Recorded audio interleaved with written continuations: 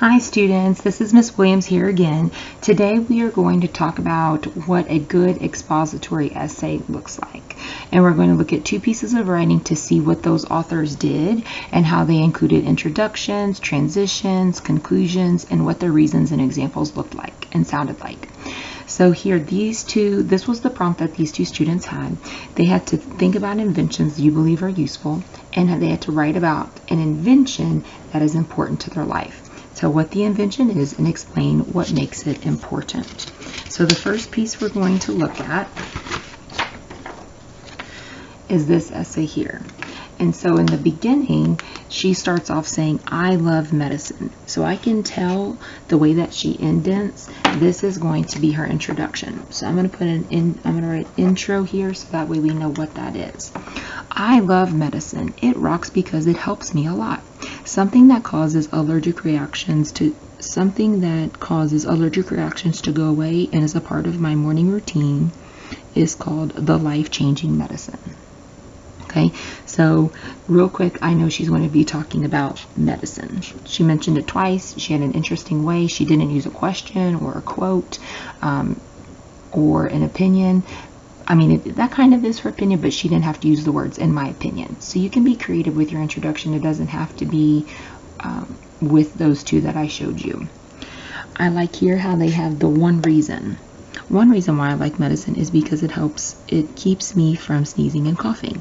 I need medicine because I'm allergic to grass, pollen, and dust. When they get up in my nose, I start sneezing like crazy. Because I have a lot of my mom's genes, I have her asthma. I have her asthma for about once a year. And to help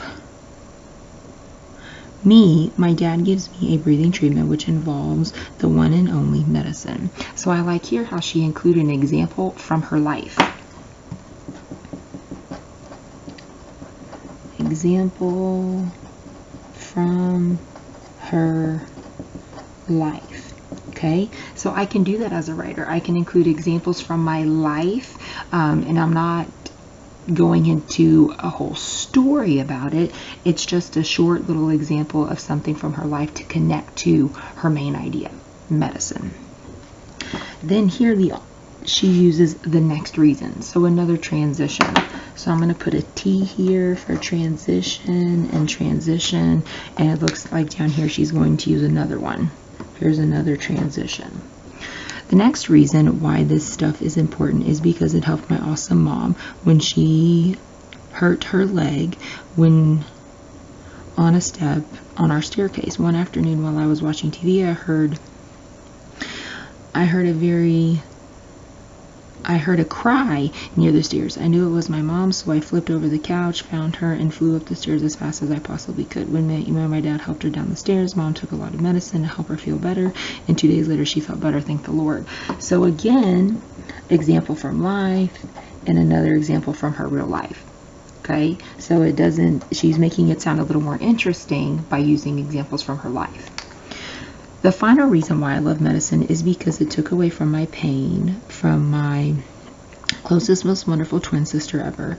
During the surgery, the doctors gave her a type of medicine that didn't let her feel any pain through that hard work, lets her rest, and most importantly, succeeded the surgery. When she got back from the hospital, she took medicine which made her feel better at the end of that week. So again, another example from her life. So this is one way that she explain her thoughts. This very important medicine. Oh, this is her conclusion. I see this indent. This very important medicine is what keeps our family wealthy. Without medicine, we would have had a very difficult time. So she included a lot of personal examples to prove her point why medicine is so important, is an important part of her life. I like how she included the transitions. The only thing is we may say this is called a little formulaic. One reason, the next reason, the final reason. So I'm going to show you another example of how this could be written without using those formulaic transitions. So here I can tell this is going to be my intro. This is going to be a transition here. This is a transition, and here's another transition because I have the indents. So this transition they used to begin with. This transition was to continue on, and then this one was to sum up. That's really hard to see. French braids, pigtails, ponytails. These are just a few of the thousands of hairstyles you can create with rubber bands. Do you think about it when you put a rubber band on, or is it just a common natural thing? Most people don't even realize that without them your hair would always be down. I think that rubber bands are amazing inventions because they keep hair out of your face and off your neck. Not to mention, you can express yourself by making your hair however you want. That's really cool. I would have never thought that rubber bands would be a cool invention, but she made it sound very interesting by connecting it to my hair, or her hair, which makes me think about my hair, so I already have a connection to this piece of writing. To begin with, I like rubber bands because they keep your hair out of your face and off your neck. Complete sentence. In the scorching hot summers, oh, she has a little comma there because that's her awubis. In the scorching hot summer, you would have thick hair on your overheated neck. I love how she says thick hair because it's describing what's happening, and your overheated neck gives the reader a very good picture of what's happening. Your hair would cover your eyes, making your vision